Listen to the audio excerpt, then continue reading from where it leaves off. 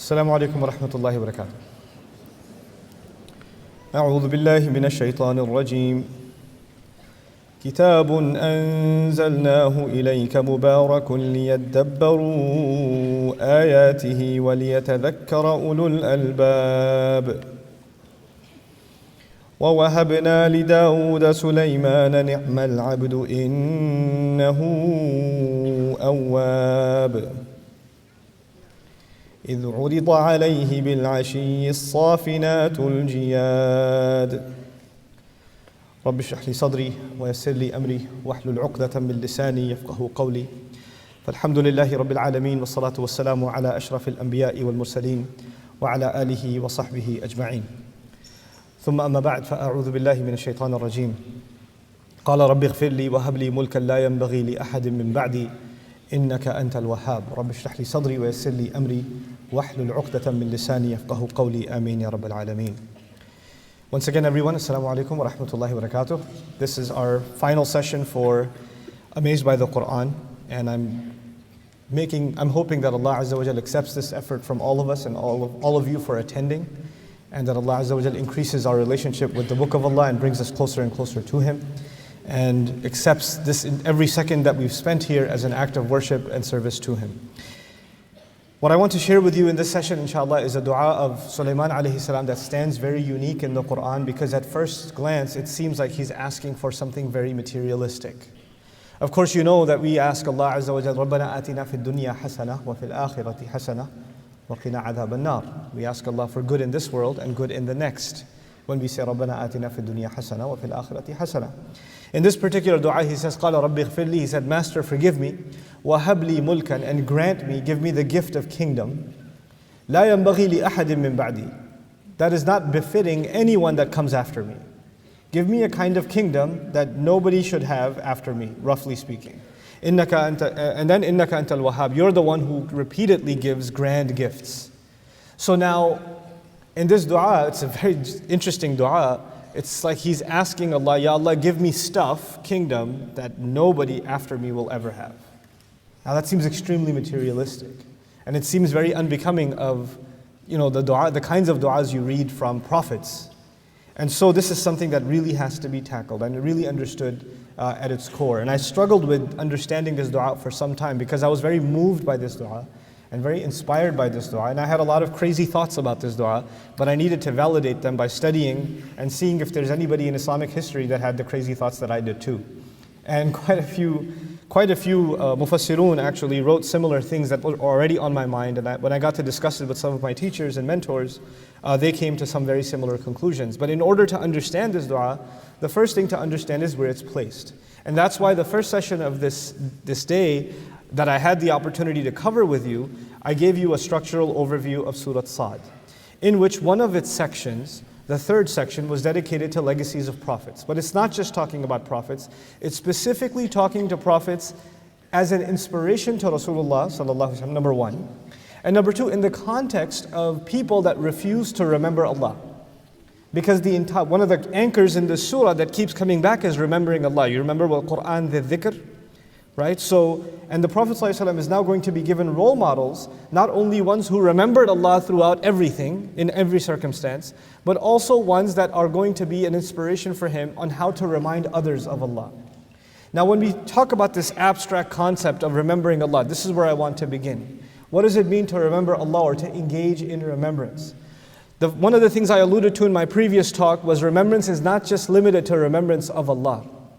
It's also remembering the right thing to do, remembering our role models, remembering their struggles, taking inspiration from them, remembering the gifts of Allah. It's not, remembering what the gifts of people that have done to us, like remembering the favors of your mom when you're about to get angry at her. Just remembering the right thing at the right time. This is also a kind of dhikr. So the Quran is not just dhikr of Allah, it's also dhikr through that of other things that you're going to need. Reminders that you and I need constantly of different kinds of things. Now, having said that, usually when you and I think of dhikr, we think of somebody sitting and doing the adhkar, they're reciting either tasbih or they're reciting Quran and they're praying. They're engaged in some kind of worship. And this is the context in which you and I think about dhikr. And we're going to broaden our horizon in this session. We're going to think about dhikr in much more broader terms as inspired by these ayat of the Qur'an. This is now going to start with the story of Sulaiman alayhi salam, which, by the way, interestingly enough, comes right after the following ayah. Kitabun anzalnahu ilayka mubarakun liyadabbaru ayatihi. A book that we have sent down to you that is full of continual and increasing blessings. It keeps on giving you more and more and more and more. The idea of the kitab being mubarak is that when we recite the Qur'an and ponder over the Qur'an, it is actually going to give us more benefits, and it will open up more doors of its wisdom than it did the last time you read it. Hence, لِيَدَّبَّرُوا آيَاتِهِ, so they continually reflect and ponder deeply into its ayat. In other words, the process of reflecting on the Qur'an will never come to an end until the Day of Judgment. Nobody will come along and say, I have extracted everything there was to be extracted from the Qur'an. That is not going to happen. Because it is by definition mubarak. It continues to give more and more and more than what is expected. So there is no such thing as underestimating the Qur'an. There's never going to be a point in my life where I'll say, that surah, I already studied it. I'm already done with that ayah. I already finished this, this juz or this section or this story in the Qur'an. I already know everything there is to know about it. Never going to happen. There are always going to be things that you and I are going to discover about this book. And this is the humility you and I have to have towards the Qur'an. This is ya'lu wa la yu'la alayh. It supersedes, it's not superseded upon. It imposes, it's not imposed upon. And we have to bring, you have to bring that attitude to the Qur'an. It's not like any other book. You can master other books. You can't master the Qur'an. The Qur'an masters you. You don't master the Qur'an. You humble yourself, and I humble myself before Allah's word. So now with this introduction, which is about the Qur'an itself, he says, لِيَدَّبَّرُوا آيَاتِهِ, so they reflect, ponder deeply into his ayat, وَلِيَتَذَكَّرَ أُولُو الْأَلْبَابِ, and people of sound minds, people who deeply like to think, that they make an effort to really remember. This is the introductory ayah before we get into the story of Sulaiman alayhi salam, who's the son of who? You remember from the last time? Son of Dawood, which is the previous passage. So between that passage and this passage is this ayah about the Qur'an, reflect deeply. As if Allah is saying, before you engage the story of Sulaiman, know that to understand it, you're going to have to think very deeply. And you're going to have to do a lot of review and reiteration and think through before you arrive at what Allah wants you to arrive at. It's not just going to come without effort. وَلِيَتَذَكَّرَ أُولُو الْأَلْبَابِ لِيَدَّبَّرُوا آيَاتِهِ. These are not easy things. Reflection doesn't just happen when you're just sitting there and just reciting casually. It requires you to leave other thoughts behind and just engage yourself in the book of Allah. And that's before I get into these ayat. And by the way, I'm going to so stick to my time. Watch. It's going to be awesome. I'm going to be so good with my time. But before I get into these ayat, I do want to share with you one of the most valuable things I learned from a writer, Amin Ahsan Islahi, rahimahullah. He wrote an Urdu book called Mabadi Tadabbur al-Quran, and he wrote something in there that struck me. I read this maybe 12 years ago, and it's been in my head since. He gave this analogy about the attitude we're supposed to have towards the Quran when we study it. And the analogy he gave is, if I were to tell you that I have buried $5 in the backyard, 10 feet deep, here's a shovel. The effort it takes to dig 10 feet is not worth what? $5. But if I were to tell you I've buried $5 million, 10 feet deep, you know what? Let's make it interesting. 20 feet deep. Then the effort is totally worth it. You're going to be exhausted. You're going to have die. But you know what? Even when you're 3 feet into it and you feel like you're not making any progress, you remind yourself what this is worth. And you get back in it. And your family is saying, take a break. No, I'll take a break when I'll take a break. When your body can't take anymore and you collapse, and as soon as you wake up, you don't think about food, you think about digging again. Because you know what the effort is worth. In other words, human beings apply effort. By nature, we exhaust ourselves when we know something is worth it. And so he made the argument that if somebody doesn't have time to reflect on the Qur'an, maybe they just they haven't internalized what it's worth. They just haven't internalized what it's worth. Because if they did, they'd drop other things and they'd make time to reflect. It wouldn't be a casual endeavor for them. It would be something totally worth it. And actually the reflection on the Qur'an, أَمْ عَلَى قُلُوبٍ أَقْفَالُهَا, the cost of it, it's not just there's a treasure that lies underneath, which it does. It certainly does. But as a matter of fact, people who don't reflect on the Qur'an, Allah complains they have their own locks placed on them. It's a very serious matter, tadabbur in the Quran. It's not a casual thing. It's not something for the scholars to do or for some group of people to do that, the rest of us are off the hook. They can do the reflections for us. As a matter of fact, tadabbur, the idea of pondering over the Quran, learning its meanings, learning the basic meanings, studying a tafsir or something like that, but then your own engagement with the book, your heart and soul engrossed in the word of Allah. That is something Allah wanted for every single human being. This is one of the things that makes our religion beautiful, is that we actually don't have intermediaries between us and Allah. Allah speaks directly to every single believer, right? And He didn't impose on us this artificial hierarchy that, unless you do this, and this, you cannot engage with the book of Allah. No, He opened this book to all of humanity. As a matter of fact, He invited all of humanity to reflect on it. And unfortunately, we've got a culture in which we confuse learning from reflection, right? There's a bare minimum every Muslim should try and learn. Right? And there's some things, فَاسْأَلُوا أَهْلَ الذِّكْرِ إِن كُنتُمْ لَا تَعْلَمُونَ. If you're in your own reflections, if you don't learn, you can't reflect. So you're on a constant journey to learn. But this unfortunate kind of attitude that until you become a shaykh, you shouldn't even think about the Quran. This is a disservice to the book of Allah. This is not what the intent ever was. There were plenty of people in our history, even from the Sahaba generation, who were not very knowledgeable in the Quran. They knew very little Quran, but whatever little they knew, they pondered over. They reflected over. They constantly mulled over. This is something that deserves our time. And this is not just an intellectual exercise. The Quran makes it very clear. Hearts get locked. It's a spiritual exercise. To ponder over what Allah is saying is a spiritual exercise. And it will open up your heart. Now, having said all of that, وَوَهَبْنَا لِدَاوُدَ سُلَيْمَانَ. We gave the gift to Dawood. We granted him the gift of Sulaiman. So Allah is saying by the taqdeem li Dawood, that Dawood especially, given the things that he had done and the way that he had carried himself, and we already learned that he became a better and better judge in the previous passage, even though I didn't go through the whole thing.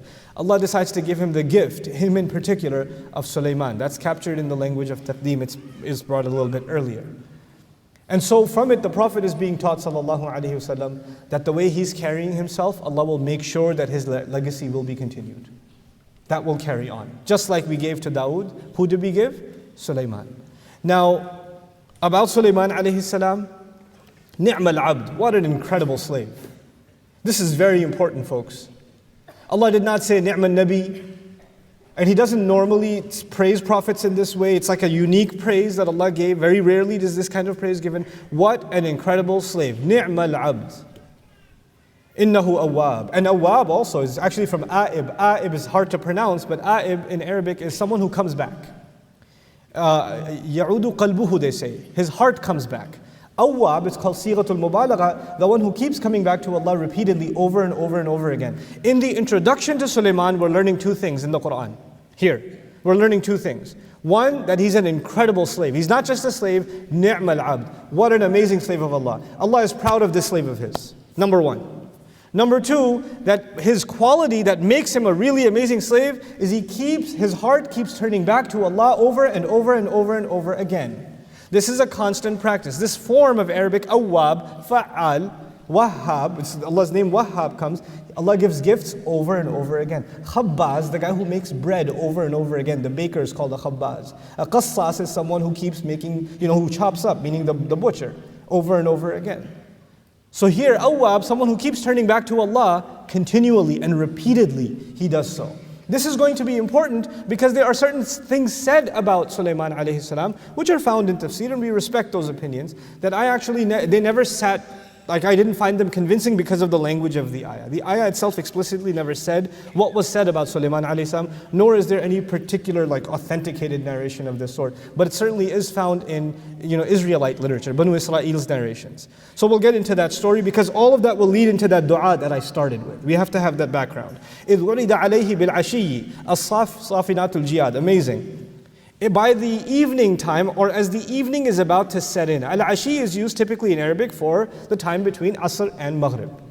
Day is coming to a close. Around that time, when the day is coming to a close, now this time of day is associated with the end of your work day. In other words, you started your work early in the day, you've been exhausting yourself, and now this is the time between Maghrib and Isha where your work day is finally coming to a close. And by the way, to this day, in most parts of the world, when is there the worst traffic? Al-Ashi. You get in traffic at Asr and you're stuck in traffic until Maghrib. right? The worst traffic jams are at that time because people are heading home from a long day of work, right? So this is describing the end of a long day of work. And at that long day of work, of course, Sulaiman, we know he was given a great kingdom. So he's got several governmental affairs to take care of. He's got a massive empire to take care of. He's got huge issues, internal issues, external issues, civil issues and domestic issues, and then on top of that, war issues and other matters to deal with. It's not an easy job that he has to handle. On top of that, he's a prophet, so he's got spiritual matters to take care of for his entire community, not only administrative, governmental matters. So Sulaiman is carrying quite a load. It's not an easy responsibility that this man is carrying. And now it's the end of his day. So I'm thinking by the end of his day, he's going to get finally a chance to what? Relax. This is going to be his break. Now he can do a little bit of dhikr. Right? Allah says at this point, what was presented to him, as-safinatul jiyad. As-safin la yakun illa min al-khayl wal-afras alladhi yaqifu ala thalathi qawa'im. I wish I could physically demonstrate this to you, but I don't have 4 legs. And I'm not about to get on 4s. But, horses that are very active, they're called safin. And they're called safin because by definition, safin is actually, it stands on 3 legs, not 4. One of its legs is, I'll do a little demonstration. So one of his legs is up. Like it's kind of like doing the thing. It's like pumping, ready to go. And it's actually a show of loyalty to its master when it poses like that. These are safinat. So they're not just any horses. These are classy Ferrari horses. Okay? That's captured inside the word safinat. And then they say, وَتِلْكَ مِنْ Imam al-Qurtubi says, وَتِلْكَ مِنْ عَلَامَاتِ خِفَّتِهِ الدَّالَّةِ عَلَى كَرَمِ أَصْلِ الْفَرَسِ وَحُسْنِ خِلَالِهِ. Oh my God, so epic. He says this sign that it's on 3 legs and it's kind of pumping its leg and tapping its leg, it actually suggests how swift the horse is. And how it comes from an elite branding. You know how, because this kind of posturing, they do this for expensive horses. Typical horses just stand on 4 legs. But the ones that are taught to posture properly, the ones that are bred in expensive breedings and have higher class breedings, that sort of thing, they're the ones that do this kind of posturing. So it's illustrating that these are some really exotic horses that he's got, that have been presented to him. Then on top of that, وَحُسْنِ خِلَالِهِ, that they're amicable, in other words, they're loyal horses. They're not wild horses, they're ready to serve their master. So now the first word we presented is, it's evening time, or it's almost evening, it's almost Maghrib, and he's being presented these horses, these beautiful horses. And the second description of these horses is al-jiyad, jam'u jawad, wa huwa al-faras dul jawda, ay al-nifasa, or al-nafasa. They say the word jawad, or jiyad is used here. The second quality of them is for very elegant, graceful, beautiful horses. So they are like shiny and like, wow, that's a horse. Jada, from it comes the word ajada, to be good at something in Arabic. From it comes the word jayyid, you may have heard jayyid, good. Or reciting something properly or smoothly, tajweed. Enunciating things. Very defined, cut, the legs and the muscles of the horses are very well cut and defined. So these are really, really nice horses that are now being presented to him. By the way, these safinat, al-jiyad, from the description in the language, it's already clear these are battle horses. Because they are cut up, they're muscular, they're ready to run, and now they're being presented to him for inspection. What is Sulaiman's job? What did I already tell you? What is his job? Alayhi salam. He's a prophet, he's a ruler of a massive, expansive empire. He's been exhausted the entire day, the day is coming to an end, and now the cavalry, by the way, Sulaiman alayhi salam's army includes all kinds of animals, and all kinds of things. You guys already know this from other places in the Quran. But now the cavalry is being brought in, and he's going to check, it's being presented to him. It's being brought to him. You should inspect it yourself. Man, I got other things to do. Can't somebody else do this part? But Sulaiman alayhi salam goes and he wants to check them himself. He wants to look at the horses himself. فَقَالَ. Now this is the part that the interpretation that's commonly given, I will share with you first. And then I will tell you that I completely disagree with it with all due respect and share with you what I find far more convincing. And you can make up your own mind. I do not impose my convictions on you, but I don't hide them either. Okay? So at the first, let's just see how it's typically translated or understood. فَقَالَ. Therefore, when he saw the horses, he said, إِنِّي أَحْبَبْتُ حُبَّ الْخَيْرِ. That I certainly have fallen in love with the love of good. And the good is used in Arabic many times for horses. Like the ultimate good for the Arabs was horses. Right? So the language here in the Quran suggesting that when he sees these epic, glamorous horses, he says, I have fallen in love with the love of good. It's almost like this king who's got a car lot full of Ferraris and all of them ring, And he's like, yeah, I love this good stuff. I love my horsepower. You know? عَنْ ذِكْرِ رَبِّي. But out of love of this good of mine, he's checking on the horses. This love has taken me away from mentioning or remembering my master. So the story goes, that's attributed here, is that he was taking care of his horses. And he was so busy with these horses that, and what time was it, by the way? I forget. It's Asr time, and you're taking care of the horses. Before you know it, what shows up? Maghrib shows up. He doesn't even realize he's still in the barn taking care of the horses. Maghrib passes. He looks outside. Salat time is over. And he says, my love of good kept me from remembering my master. So he missed Salah. That's the interpretation, one of the interpretations offered for this. حَتَّى تَوَارَتْ بِالْحِجَابِ, until it disappeared into the unseen, and behind the barrier. Which barrier here suggests, some say it disappeared behind the barrier means the sun disappeared behind the barrier of the horizon. Okay? And it being feminine tawarat, so which means Maghrib came and went. Right? Does the Quran say the sun disappeared? No, it says it disappeared. That's what it says, it disappeared. So now when he experienced this, he got upset. And he said, Rudduha alayya. Bring them back to me. Bring the horses back to me. And it could be that he did this as an act of tawbah, because now he feels that he's missed a salah, so he has to give some kind of kafara. Some even say that, in previous nations, when you missed a prayer or when you did a sin of any kind, like a shortcoming, then the way to make up for it is to sacrifice. Right? So he called the horses back.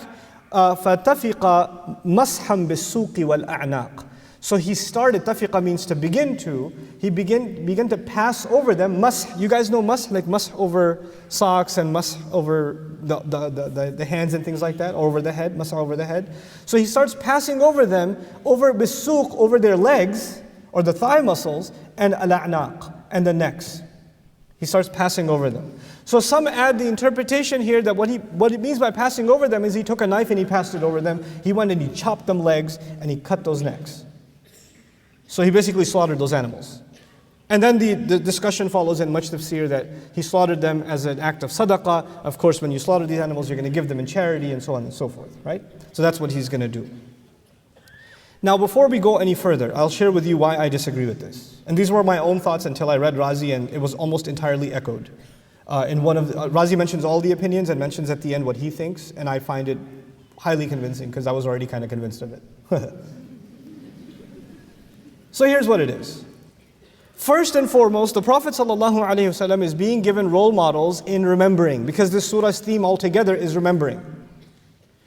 So it defies the idea that Allah's Messenger ﷺ is going to be given a role model who himself forgot what? The prayer. That's the first problem here. The second problem here seems to be that this messenger is from the legacy of Dawood alayhi salam. And Dawood alayhi salam, we know, was someone who kept coming back to Allah, making tawbah himself. That's already been described. And he's a continuation of that legacy, so he's been trained well by his father.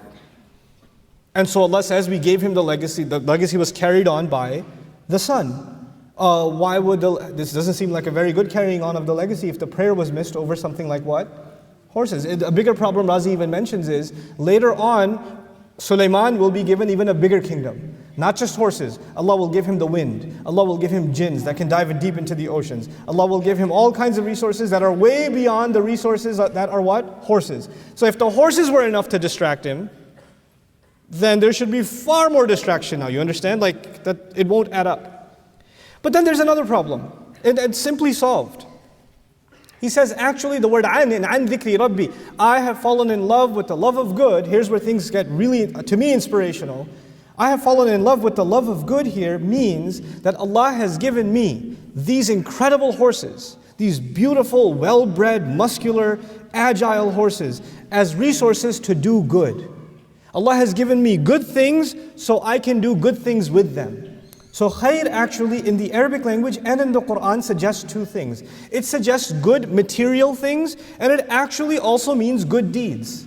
Khair is used for good things and good deeds. Now there's a duality of meaning. I love to do good deeds, but in order to do more good deeds, you need more good material resources. I'll give you a personal example. I've been teaching Arabic for a very long time. When I didn't have the resources, I was teaching it in my living room. And there were a few of my friends from the neighborhood used to come, and I used to teach them on a dry erase board. It was good. But now, 15 years later, the organization that I started on my laptop has some more resources. I'm still teaching some Arabic and Quran, but because of those resources, has the good spread further? It has. When you have more resources, then you're able to do more what? More good. Now, the problem is when you are looking at khair in one dimension. I want more material good. I want more material good. This is what a lot of people live for, by the way. I want a nicer car. I want a better house. I want nicer clothes. And it stops there. This is what I want.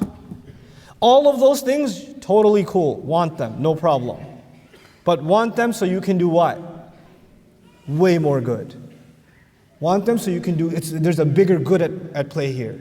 When he is checking on these horses, by the way, he's actually preparing a cavalry that will take on the charge of defending the lands of the believers, taking on the violent aggressors, doing Allah's task, fi sabilillah. In other words, these horses and taking care of these horses, which seems like a material task, is actually inspired by him wanting to do good for the sake of Allah. So the word an here is, I love taking care of this good stuff inspired by the remembrance of my master. It doesn't take me away from remembering Allah. It actually reminds me more of remembering Allah. Allah has changed our view of accessing material good in the world in this ayah. You do not have to be afraid of the material. You have to put it to work. You don't work for it, it works for you. A lot of people work for money. A lot of people work for wealth. But no, wealth should work for us. Wealth should be used for us. Some people came and asked me, Allah has given me different trials in life. Everybody has weaknesses. But I'll tell you one thing that Allah gave me as a gift. Was like fame is not a weakness for me. Alhamdulillah, I have many other weaknesses. Ask my parents. They'll tell you, there's a long list. It's really long. My mom could write a book on it. But fame is not one of them. I'm the same guy as I was when I was in the living room teaching on a dry erase board. I'm practically the same guy. And it's problematic sometimes because I'm abrupt and weird, and people see me on YouTube and they think there's this spiritual person or something. I don't know what video you've seen that came across as spiritual, because I virtually make a fool of myself every other video, so I don't know, somebody's cutting those fun parts out or something. And they come and they want me to pat their children's heads and take a blessed selfie so their phone doesn't crack or something. I don't know, but I just am who I am. I make silly jokes and, I say, I'm so disappointed. And I think, welcome to the club. But the reason I'm bringing this up is fame, to me, is actually it's not something you work for, it's something that works for you. And in this case, it should work for the deen. Like if Allah has given me fame, I should put it to work for khair. Use it to do something good. It's not a goal, it's a means to a much bigger goal, the khair itself. These horses are not the goal. They may be beautiful. Horses are beautiful. And they were defined with a lot of beauty. It's not like they're ugly horses. They're really nice horses, Porsche horses. They're really nice horses. But he sees in them a means to a much bigger end. And all of that is inspired by the fact that Allah sometimes gives you and me talent, ability, money, opportunity, investment. He gives us these things. He gives us strengths. He gives us creativity. And that creativity is supposed to be used for something much bigger. This is what Sulaiman alayhi salam sees. And so he says, I love taking care of these horses, inspired by the fact that using them, I will be remembering my Rabb. And when he's going to do that, عن ذكر ربي حتى توارت بالحجاب, the interpretation there changes again, until they disappeared into the unseen. In other words, he said to the horses, mush, march. And because horses are tested by what? Making them run. So he gets the horses to run off. And he sees them way out disappear. And tawarat, the tafa'ul pattern suggests, and that's why the sun is also lesser likely, because tawarrat would have been the word. Tawara is when two or more parties are involved. So horses are racing each other, and together they're disappearing out into the horizon.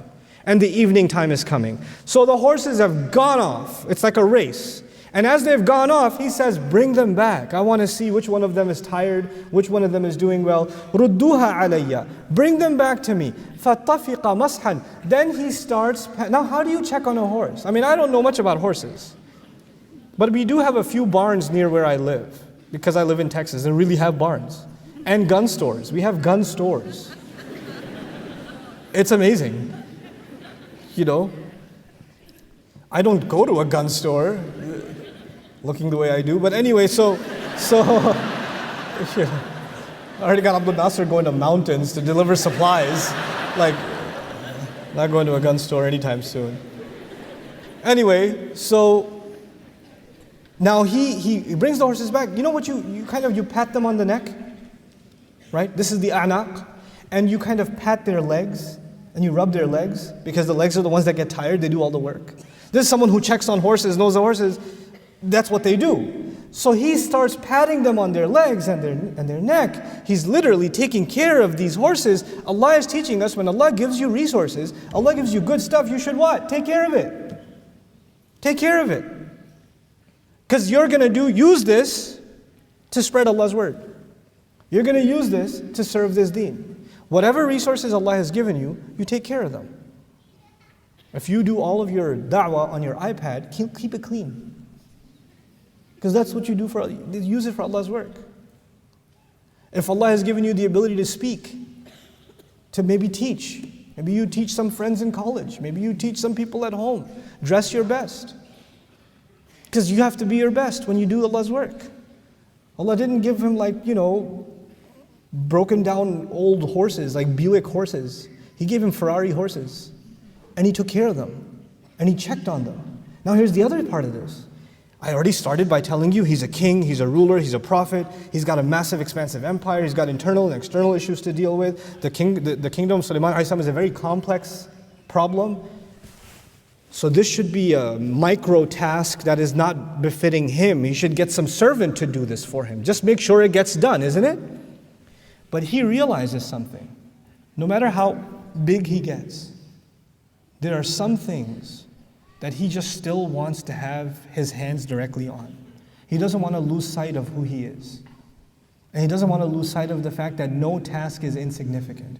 He wants to leave himself as a role model for his followers because he's also a prophet. And for a prophet, serving Allah is never beneath him. You know, it's like the CEO saying, that's the secretary's job, I'm not going to do that. No. Or the imam saying, that's the janitor's job, vacuuming the masjid. I'm not going to do that. That's beneath me. My job is to give the khutbah and I'm going to leave. I got the VIP tasks, you got the lower end tasks, right?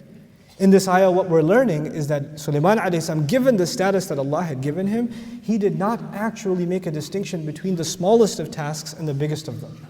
You learned this about Sulaiman alayhi salam on multiple occasions. You know how big his army is, right? And it's got birds, it's got, and birds, if you've ever seen birds flock, they're countless, literally countless. And you find another place in the Quran, he sees the flock of birds, thousands in number, of different species. He says, Mali la ara al-hudud. I don't see hudud. He knows the bird by name. How does he know this bird by name? And how does he know this one bird is missing? Do you understand how meticulous his leadership is? That he checked on this one bird that came late? One bird. I teach class. I used to have 60 students. For 9 months I had 60 students. By the time you're done with 3 months, you know every one of them. You know where they sit. You know who's absent and not absent, but you know some of them, you only recognize them because they ask dumb questions. They ask questions from 2 days ago. I have a question. So when you're expecting it about 7 minutes into the class, you're going to get, I have a question. And you don't get it, then you say, hey, where's Bilal? You only notice them after you had an expectation. But Sulaiman's, his insight, his view of his flock, his followers, it's incredible. And so what we're learning here is that you and I are never too big for the little things. We're never too important for the little things. There's no such thing as insignificant. There's no such thing as an insignificant task. If it's important, patting on the neck of a horse and patting its leg is important enough to be put in the Quran as an ayah, come on. That's a pretty big deal. That's Allah's way of teaching that don't belittle the tasks that you do. Sometimes you're involved in work for the deen, like you're working for an Islamic organization, a da'wah organization, an Islamic school. There are lots of people that help put this program together, for instance. I'm standing here on this stage with the mic behind me, but there are people that are running cameras, there are people running logistics, there are people checking emails, there are people answering questions, there are people running security, there are people, all these people, and you guys don't see them, you guys just see the guy with the lights on them. But you know what? What they do is not any more or less insignificant than me. It's all one team, it's all one group of people, and to Allah, they're all on stage. Like to you, I'm on stage, but to Allah, they're all on stage. And actually to Allah, some of the people that are in the back babysitting children are maybe far more valuable than me. Because that's how Allah gives value. No task is insignificant. Oh, I'm just a volunteer. No, you're a volunteer. That's a big deal. You understand? There's a significance being given to these resources. Now let's move on. So these horses disappear, he pats them, and now we're learning that Sulaiman alayhi salam, at least what we learn now, the day is over. And when the day is over, what you'll expect from any normal human being is they're going to be exhausted. They're going to be completely overwhelmed. I mean, imagine the amount of pressure this man has on him, alayhi salam. And so I'll offer you the interpretation of the next ayah, what I find most convincing, instead of going through all of the opinions. وَلَقَدْ فَتَنَّا سُلَيْمَانَ. We thoroughly tested Sulaiman. Sulaiman was tested on every front, alayhi salam. وَأَلْقَيْنَا عَلَى كُرْسِيِّهِ جَسَدًا. Literal translation, we threw on his throne or his chair, we threw a body that looks almost like it's lifeless. The interpretation I find most convincing is literally that Allah Azza wa Jal threw him on his throne and he's so exhausted that he can't even get up. He's so burnt out by the work that he has to do. Allah has given him an incredible amount of resources, and he's so enthusiastic about taking care of the smallest task to the biggest task, and that's just humanly really difficult to pull off. That's just way too much responsibility for one person, to the point where he's just collapsing. He can't even stand up. He's just thrown on his chair. And as he lies there, by the way, when you're that exhausted and you're in a position of leadership, that's when you start complaining and go in a bad mood. I'm so tired. I don't have any good help. Nobody even helps with the horses. I've got this front over here. I've got a civil war going on over there. I've got this general who's got this problem. I've got this, got that. And nobody's taking care of business. Instead of complaining, what does he do? He's on this chair. ثُمَّ أَنَابَ. Then he repented. He came back to Allah. This is the difference between decent people and indecent people. You have to understand this lesson before we go on. Because this is all working up to that dua, that one dua that I want to get to. What is the difference between decent people and indecent people? I'll tell you the example of decent students and indecent students. That's my favorite way to do this. A decent student and an indecent student both take the same test. They both fail. They both failed. The decent student comes up and says, Ustaz, I should have done my homework. I should have been reviewing from a week. I had these questions and I got lazy and I didn't ask and I didn't seek the extra help and I crammed and I tried to study 2 hours before the exam and that's why I failed. The indecent student comes up and says, this curriculum is very complicated. Also, the hours are very inconvenient. I mean, my fajr starts at 9 a.m., and you guys start at 8 a.m., which is like the Hajj time. Also, where I'm sitting in the class is very inconvenient because there's a really skinny guy on this side, a really fat guy on this side, and it's just awkward for me. And, and it's Texas, it's really hot. And also, Ustad, sometimes you're really boring. And that's why I can't pay attention. And also. They both failed. One of them comes forward and says what? It was my fault. The other one comes forward and says what? It's the entire universe's fault. The only one not at fault is me. Everything else was wrong. You understand? Now I'll give you another example of decent and indecent people to understand this. You did your very best. You did your very best. You put every ounce of effort in, for example, putting a program together. Right? You did the advertising, you did the marketing, you did the logistics, you did the paperwork, you did this, you did every dot was you cross, every T was crossed, every I was dotted, every single detail was taken care of, and yet the program got canceled. It didn't work out. Decent people, who do they blame?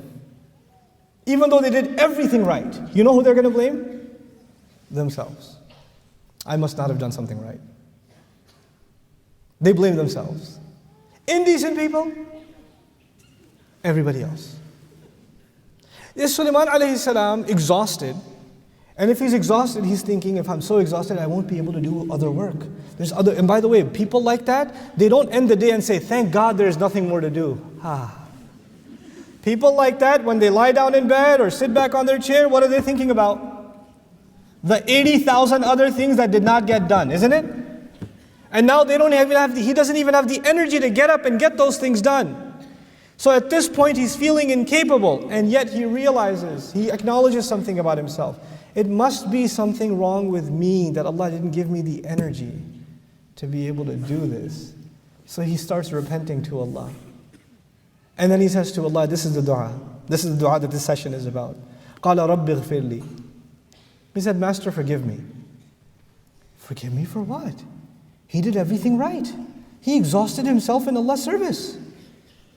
This is the attitude of someone who will serve Allah's deen inspired by the Prophet Sulaiman alayhi salam. You and I, whatever we do to help make the world a better place, whatever contribution you make, it's not going to be perfect because we're human beings. He's not asking forgiveness necessarily for sin. He's asking forgiveness that his good may not have been good enough. It's a big difference, guys. Big difference. This is the same reason that you have Ibrahim alayhi salam, after passing all of his tests and building the Kaaba, saying, Tub alayna, accept our tawbah. Tawbah for what? Building the Kaaba? That's a good thing. But maybe I didn't put the brick just right. Maybe I didn't do this right. Maybe there was something missing. It's Allah's house after all. A lot of pressure. Maybe I wasn't perfect. Accept my tawbah. Accept our tawbah. We're going to do good things, and instead of patting ourselves on the back, we're going to do good things and say, Ya Allah, forgive the shortcomings even in the good things that we did. I have to hold myself and you have to hold yourself. Those of you that are still awake, right, might come up to me because you feel bad for me and come up and say, Ustad, that was really nice.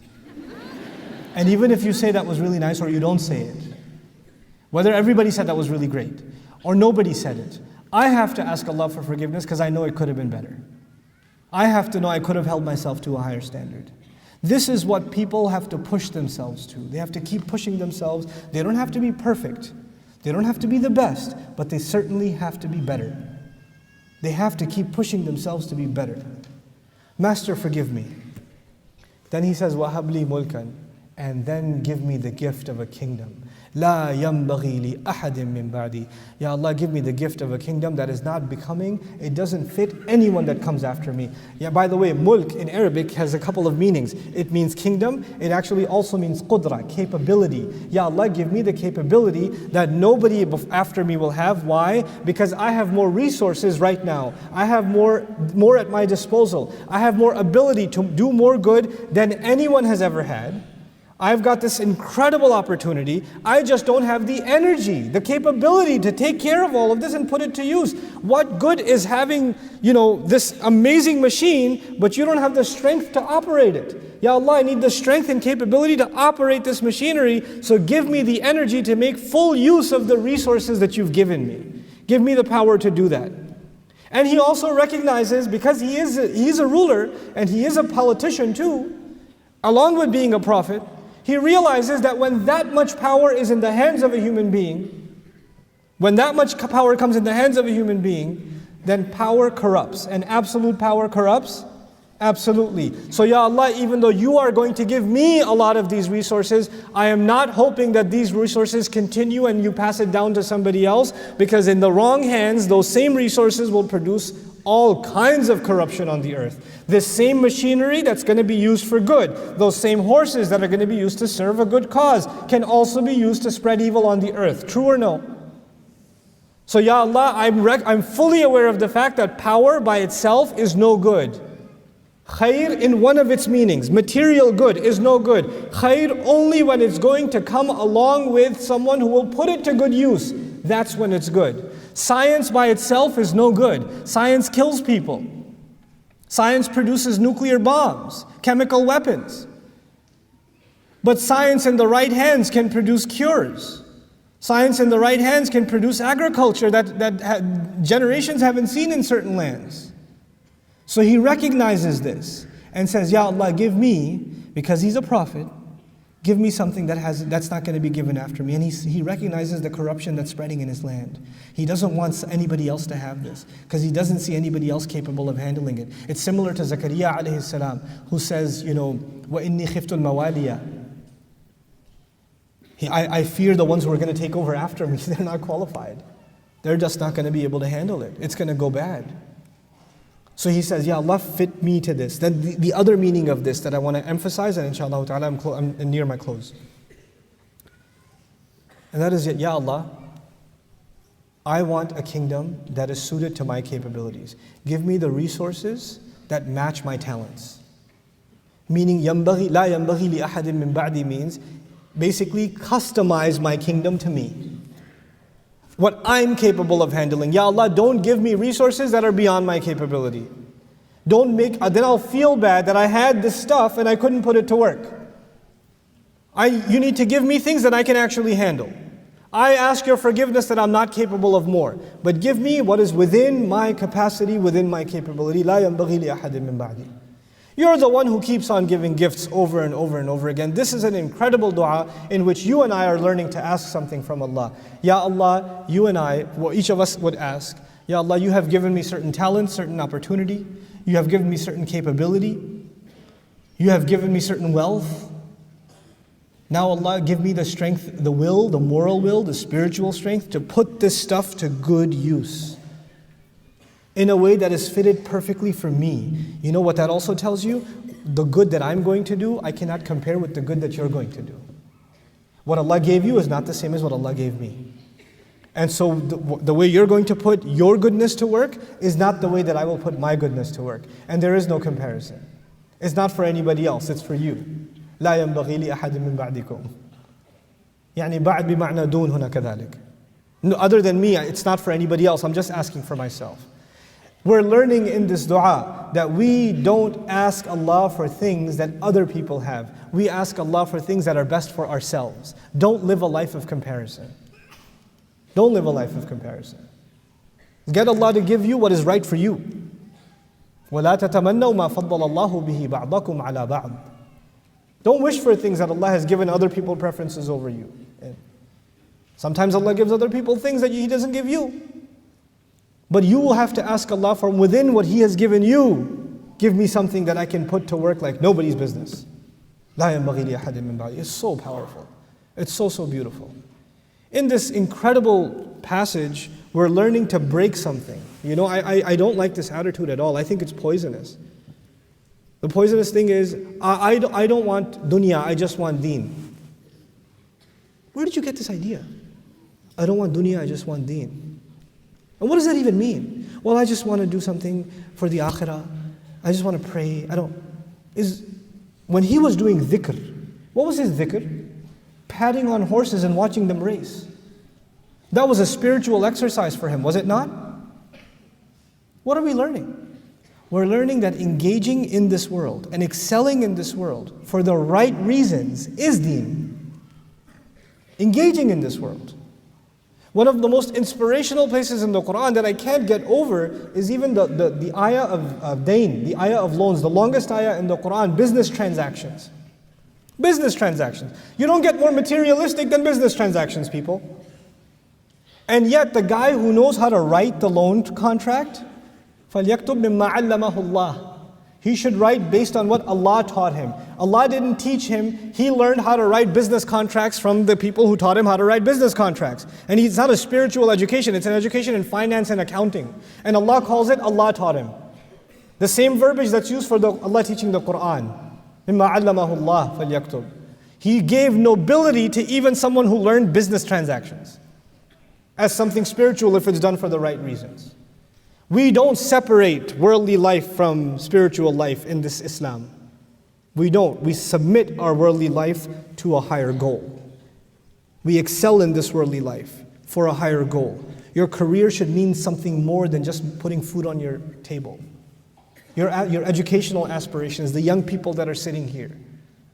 What is your life going to be worth? What do you want to do with your life? Oh, I like photography. Why do you like photography? What are you going to do with photography? You can like photography, but have a vision, have a purpose. That is khair. I kind of like it. Not good enough. Give me something real. Produce something. Have a vision for something. Ask Allah to give you capability to actualize your strength, your talents. And so, having said this, I want to tell you what Allah did for him. He says, فَسَخَّرْنَا لَهُ الرِّيحَ. We subdued the wind for him. تَجْرِي بِأَمْرِهِ. That flows whenever he commands. He tells the wind to flow, it flows. رُخَاءً. Softly and swiftly. حَيْثُ أَصَابَ. Whichever specific direction he wants it to go. Not only does he have an army, he also has a navy. When you have a navy, you have these major ships. And back then they don't have engines. So how does the ship sail? With the sails, right?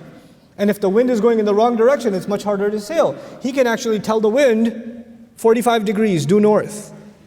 And it's going to go exactly where it wants him to go. And then he reaches a point where they want to fish. And the waters are turbulent, because of the wind. He can just tell the wind to what? Stop, we're parking here. And he can turn the middle of the ocean into a parking lot. And now the ships stop calmly because the winds have stopped. And when he does this, Allah says, not only did I give him power over the wind, وَالشَّيَاطِينَ, devils, not jinn, he used shayateen, meaning evil jinns, that otherwise would have been rebellious against him. He gave him power over shayateen, that he could take them out in the middle of the ocean and then make them dive for him and collect pearls and whatever treasures from the bottom of the ocean. And of course it's convenient for him to send them down there because the ships are parked up there. That's already been captured in the wind. So, بَنَّاءٍ وَغَوَّاسٍ كُلَّ بَنَّاءٍ وَغَوَّاسٍ. All kinds of construction is being done because of these jinn resources. And they're diving deep and finding all kinds of treasures. وَآخَرِينَ, and by the way, some jinns didn't want to cooperate, and the other ones, مُقَرَّنِينَ فِي الْأَصْفَادِ, they're chained up. So anybody who doesn't want to play ball with Sulaiman alayhi salam gets locked up. He's got all kinds of resources. And then Allah describes at the end of it all, هَذَا عَطَاؤُنَا. This is our gift. This is our grant. فَمْنُن. Give it to whoever you want. Use it freely. Don't be cheap with it. Now we're learning that when Allah gives you resources, you don't hold them back and say, no, we need to conserve it for the next 10 years. فَمْنُن. Give, grant. When you see an opportunity to do good, invest in people, invest in resources, invest in institutions. We keep thinking about saving. Allah says, no, you need to think about spending. I'm giving you, you spend. Oh, I'm sick. Or you can hold back too, if you want. If you see that there's something you spent in and you invested in, it's not producing as much good as you thought, pull back and invest in something else. Put the resources in something else. Put the manpower in something else. You decide what works and what doesn't work. And by the way, in this, Allah is telling us that sometimes we will invest ourselves in something and it will be successful. Other times we will learn that it wasn't successful, and that's okay. You have to invest in something else then. You don't give up. Well, I tried before and I failed. So what? Give. And then hold back sometimes. بِغَيْرِ حِسَابٍ. But don't audit yourself. In other words, don't hold back and say, oh, I don't know, I've done enough, I think. No, there's never enough. You keep going. And when we have this attitude, if Allah can submit the winds and the ocean and the shayateen for Sulaiman alayhi salam, I'm telling you, Allah gives resources beyond your imagination. Resources are not a problem for Allah. Wealth and resources and capability, physical capability, will never be a problem for this ummah. It will never, ever be a problem for this ummah. The only problem for this ummah will be its willpower to do the right thing. That's the only problem that's going to be there. One half of khair One meaning of khair is the material good. The other meaning of khair is the goodwill and the good deeds. That's where the problem lies for this ummah. Our intention to do good. Our will and our drive to do good. When you have that, you watch the wealth and the resources just come. It'll just come. Because you didn't want it. You wanted the good. That was just a stepping stone to get to the good. That's all it was. And when Allah sees that in you, He opens the doors of rizq. وَإِنَّ لَهُ عِنْدَنَا لَزُلْفَى وَحُسْنَ مَآبٍ. Oh, and He has a very beautiful place with us. You know, He has this beautiful, by the way, if you look at Sulaiman alayhi salam, only in the worldly sense. If you know nothing about his spiritual life, you know nothing about him being a prophet, and you just look at him, somebody walks by and sees him, he sees a magnificent king with gorgeous horses and an endless navy and like ridiculous looking, scary looking things, I think they're jinn or something, you know, birds. He sees a person who has the best of worldly life. Wouldn't you see that? And you know what we think sometimes? We think if you have the best worldly life, you won't have the good akhirah. If you have good things in this life, probably chances are you won't get good things in akhirah. Akhirah is for poor people. You know? And this concept is corrupted. Akhirah is for people who don't have dunya in their heart. It has nothing to do with what you have in your hand. There are some people who have no worldly gains in their hand, but materialism is seeped inside their heart. Even if they're completely bankrupt, they are still people of dunya. And then there are people who are trillionaires, billionaires. But they have no ounce of it where? In their heart. In their heart is just desire to do more good. That's all there's there. That's all they care about. And those people are people of akhirah. They can have the best of this life and the next because they don't care for the best of this life. That was just a means to an end. That's all it was for them. And so this is the grant of Allah, and He will have a husna ma'ab, and much more beautiful a place to go back to. After all of that, Allah Azza wa Jal mentions this. I leave you with the following. This surah and the sequencing of it, I talked to you about before, but the sequencing of prophets also. Immediately followed after this is Ayyub alayhi salam. Ayyub alayhi salam is almost exactly the opposite of Sulaiman alayhi salam. Why? Has no control over his family, not even over his physical body. Sometimes Allah will give you endless resources. Other times Allah will give you zero resources. He won't even give you the resources of your own body. Some people will be tested with a lot of material good. And other people will be tested with absolutely no material good. Nothing. And yet both of them, look at the language of Allah Azza wa Jal. By the end when Allah describes it, وَإِنَّهُ عِنْدَنَا لَزُلْفَى وَحُسْنَ مَآبٍ. He also has great status with us. He also enjoys this high status, subhanAllah. So it's not that your measure with Allah is determined by how much He gave you in this world. Because you might get confused if you only study the story of Sulaiman. You say, well, if Allah really wanted me to do good, He would have given me a lot of good resources. And that's how I know Allah likes me. Well, no, He loves Ayyub too. So Allah gives tests, sometimes with good and sometimes with harm. You have to navigate both of those tests and prove yourself to Allah. Because through both of them, for both of them, these were just a means to an end. The difficulty is a means to something higher. And the ease is means to something higher. When the difficulty and the ease, when they become your end, that's when you lose sight of what this iman is about, subhanAllah. I'm particularly moved by this dua as I leave you guys, because I honestly think that we need an inspired young generation that is going to take this message of the Quran and is going to bring its light to every career. Every career. Some of you are going to go into the medical profession, some of you will be architects, some of you will be engineers, some of you will be historians, political scientists, anthropologists, I don't know, media people, animation people. There are going to be all kinds of crazy people. But whatever you are, you're going to excel in it. You're going to have your safinatul jihad. You're going to have your Ferrari horses ready to run in every one of those fields. And you're going to do them because you have a higher purpose. You want that career to mean something more than just money. You want it to mean something much, much bigger. And you want to show the excellence of Islam and the fact that you can live a life of dhikr no matter what career you do, no matter what path you take. You will still live a life of dhikr. And you will not forget Allah Azza wa Jalla. And you will exhaust your resources until they depart into the sunset, and still you'll want to give more and more and more. And even if you do hit a setback, it won't stop you from giving. You will make smart decisions, you'll learn from your mistakes, and you'll keep on moving forward. This is what the Ummah needs right now. This is what it needs. And this was the inspiration given to Rasulullah sallallahu alaihi wasallam, that whatever resources are at your disposal, more or less, you work with them and you exhaust them to their maximum. You put them to work. Famous ayah, لا يكلف الله نفسا إلا وسعها. Just that one part. لا يكلف الله نفسا إلا وسعها. Simply translated, Allah does not burden anyone except to their capacity. Allah does not burden anyone except to their capacity. Except, the problem linguistically is that would have been if the ayah was لا يكلف الله نفسا إلا بوسعها. If the ba was there, I would have no problem translating Allah does not burden a person except to their capacity. By removing the ba, what Allah did is a kind of tawassu', which means something drastically different and powerful. What it means then is Allah does not test or does not burden a person except with their own potential. Listen to what I'm saying again. Allah does not burden a person except with their own what? Potential. Wait a second. That means I got an 80 on a test, but I had the potential to get 100. Allah will ask me what? How come you didn't go for the 100?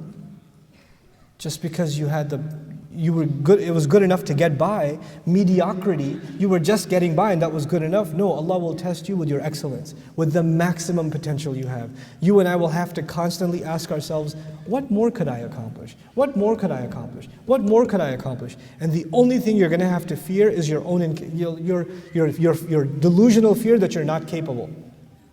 You are capable. You are capable. Allah burdened you with capability. Allah burdened you with amazing potential.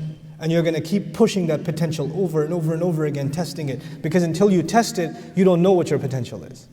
You just don't know. I push myself. You have to push yourself. You have to put milestones on yourself. My next target is I want to know Hebrew in a year. I want to know it. I'm going to study it. Because I want to do some research into the Bible, the Hebrew Bible, for myself. I mean, I could just go ask a rabbi, but I want to sit with the rabbi, show him the verse in the Hebrew Bible and say, hey, translate this. Because I got my own translation. What you got? I don't know if I can do it, but I'm going to push my potential. Set goals for yourself and push yourself. Not luxuriously, hard goals for yourself.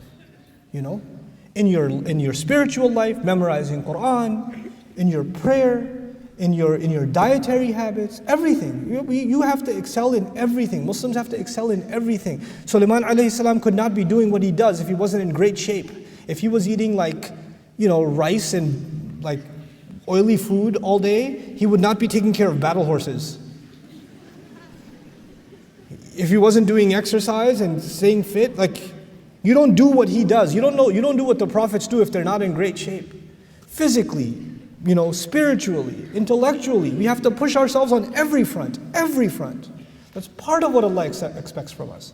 That's what I want to see in this generation, inshallah ta'ala. There's people that just, other human beings look at them and say, wow, they're good at everything. These guys are just good at everything. I want to be like them. May Allah Azza wa Jal inspire all of us to excel in everything that we do based on His beautiful book. May Allah Azza wa Jal continue to grow us in our love and admiration and our understanding of this book. I'd like to thank all of you for your participation. I want to give a special round of applause to the organizers of this program that helped us. I don't know if they want to be named, but I really want to thank them and make dua for them. The kind of stress, effort, sleepless nights that went into putting this program together from the team on our end in Bayyina and here in Singapore is absolutely breathtaking. I am so humbled by their effort and I'm so grateful to them, as all of us should be, inshallah. That's the first thing I want to share with you. The second quick thing that I want to share with you, inshallah, is just a recommendation for the rest of you. Look, I've cut down my travel quite a bit. I know it doesn't seem very convincing when I'm standing in Singapore, but I have cut down my travel pretty significantly, and the reason I've done that is because I believe that most of the work that I do, I need to just make these resources available to you. So when I travel, I'm able to do less work. When I don't travel, I'm actually able to do more work. And most of my work, you have access to it online, right? And I'm trying to produce more and more Quran study resources that can, inshallah, help you, help non-Muslims, help families, help children, inshallah, along with my colleagues. And if you'd like to support that effort, I'd like you to participate in Bayyina TV. If you guys don't have a membership of Bayyina TV, get one. Bayyina.tv. Get a membership. If you can't afford a membership, just click on gift and get it for free. I don't care. But be part of it. Because every time somebody benefits from the good that we do, Allah gives us more. He gives us more capability, He gives us more blessings, and we're able to do more, and I've seen it happen. I've seen it happen. I want to get to a point where inshallah ta'ala, Bayyina Institute has Quranic Arabic programs, Quran education for young people, the Islamic education, history education being offered all over the Muslim world. And actually all over the planet. Why not? We can take it over. Why not? No problem. And if people like you are going to support us, and you're going to be our ambassadors, look, honestly, if you guys believe in our work, I believe in my work, I do. On the one hand, I acknowledge that I have many mistakes, and our team, they could always do better, but I believe in the work that we do. And I believe that if Allah Azza wa Jal was to take my soul tonight, I have a case to make. Ya Allah, I did something good. I did something good. Ya Allah, just give me, like one person benefited over there somewhere. Just give me that one's reward and I'll be fine. Inshallah. But you know what? We have a potential. All of you can be like part of that ad-dal ala al-khayr kafa'ilihi. The one who points to something good is like the one who gets the reward of doing it. Right? When you spread the word about this resource, about Bayyina TV, then not only are you benefiting, you're benefiting others, and every time they benefit, you're benefiting. And as a result, we're benefiting. And we're just, inshallah ta'ala, spreading this beautiful, beautiful book as it deserves to be spread. Hopefully we can do some justice to this book and some justice to this incredible, incredible, incredible deen. Thank you so much for your attendance. I'm so very grateful to all of you. You guys are going to be in my du'as. Jazakumullahu khairan. Assalamu alaikum wa rahmatullahi wa barakatuh.